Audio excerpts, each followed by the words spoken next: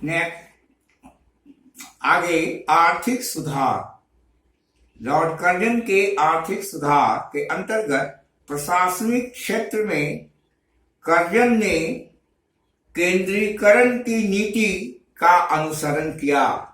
आर्थिक क्षेत्र के पूर्वगामी वायसरायों के तरह आमदनी को हम कैसे एक जगह केंद्रित करें, और केंद्रित करने के लिए उसने प्रोविंस स्वशासन के द्वारा लगान जो आएगा वह आधा स्वशासन प्रोविंशियल गवर्नमेंट को मिलेगा और बाकी के सेंटर में भेजा जाएगा। और एक विशेष प्रकार का एक्ट पारित किया गया और सरकार ने सिक्का को स्वीकार किया और इसका विनिमय दर 15 रुपया प्रति पाउंड निर्धारित किया। उसके पहले सिक्का का प्रचलन नहीं किया गया था। साथ ही इस विकेंद्रीकरण की नीति के कारण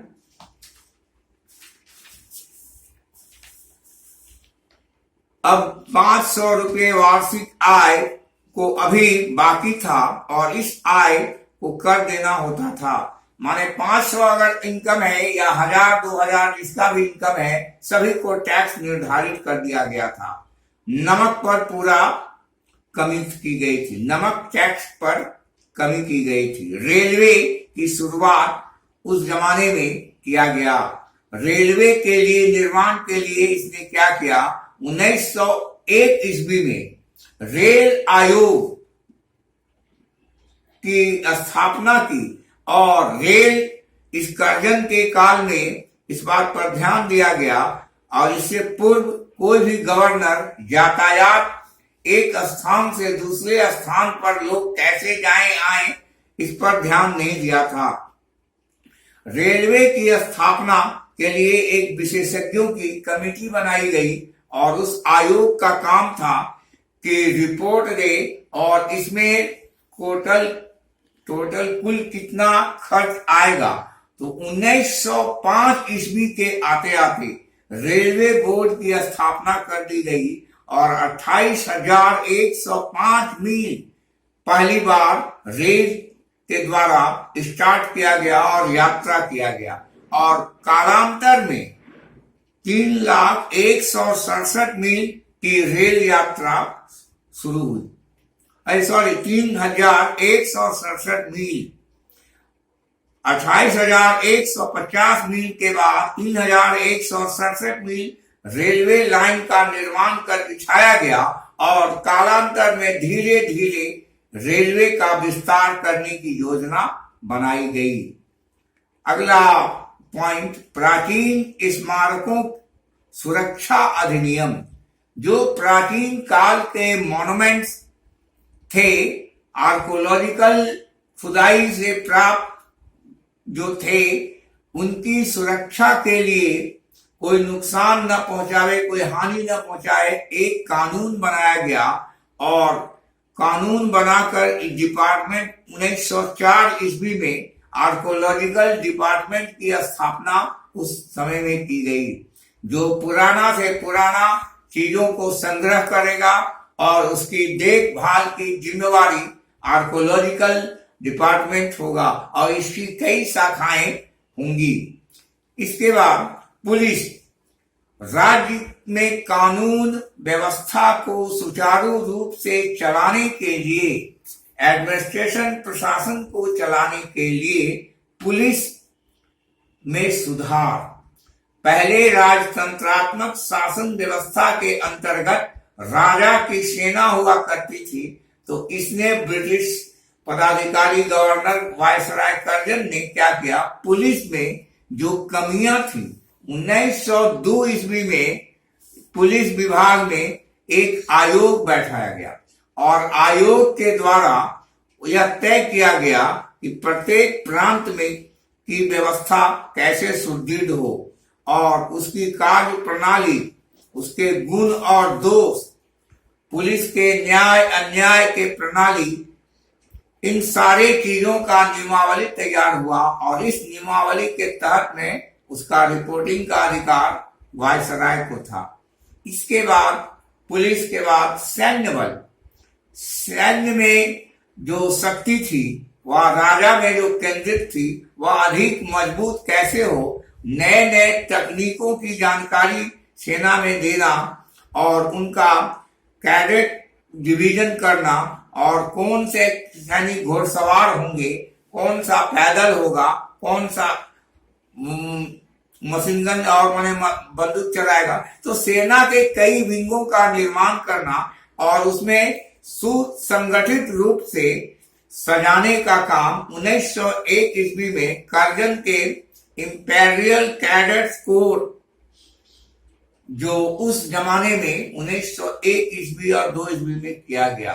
तो इस तरह भारतीय नौजवान एक ब्रिटिश सैनिक में बहाल हुए और प्रधान सेनापति कमांडर जो था वह अंग्रेज हुआ करता था।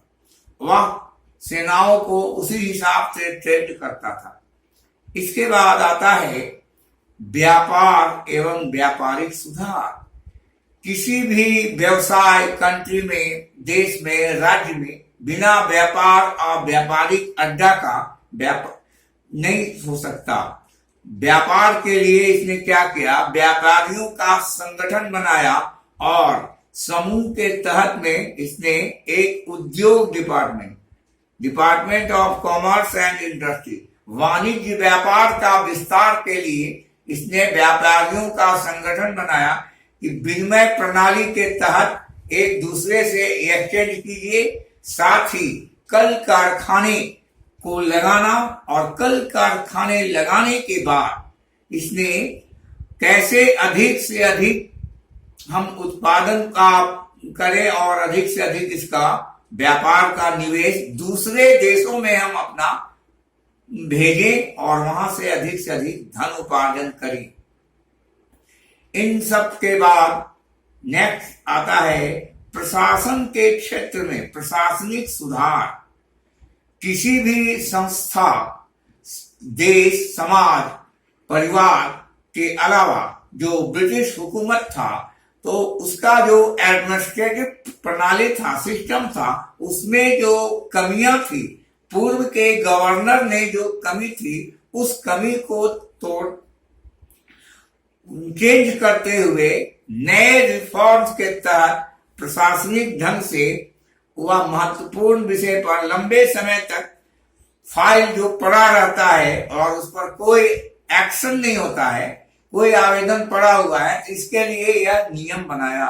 कोई भी आवेदन अगर उसके शासनकाल में कोई दिया है तो उसका जो पदाधिकारी है वह नीचे का पदाधिकारी ऊपर के पदाधिकारी के बीच में तालमेल हो और 1 हफ्ता और 10 दिन में उस व्यक्ति का न्यायोचित जवाब चाहिए।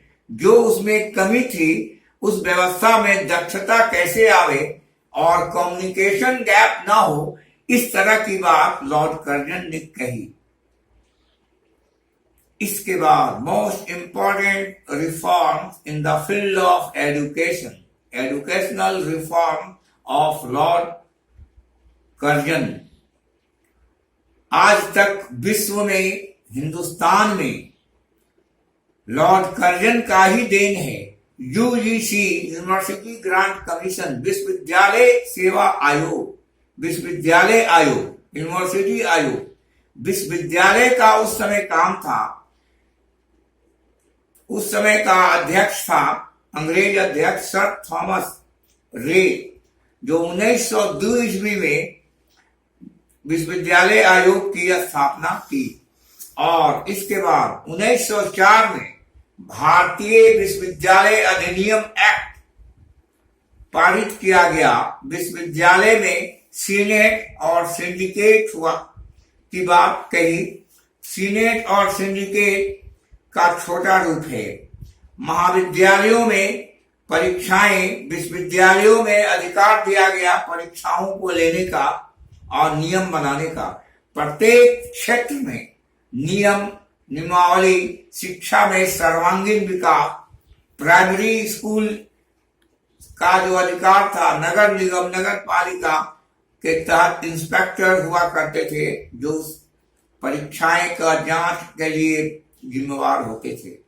इस तरह से लॉर्ड कर्जन ने अपने शासनकाल में संपूर्ण शिक्षा प्रणाली लागू करना और नियमावली के तहत बद्ध करना इसका महत्वपूर्ण योगदान रहा।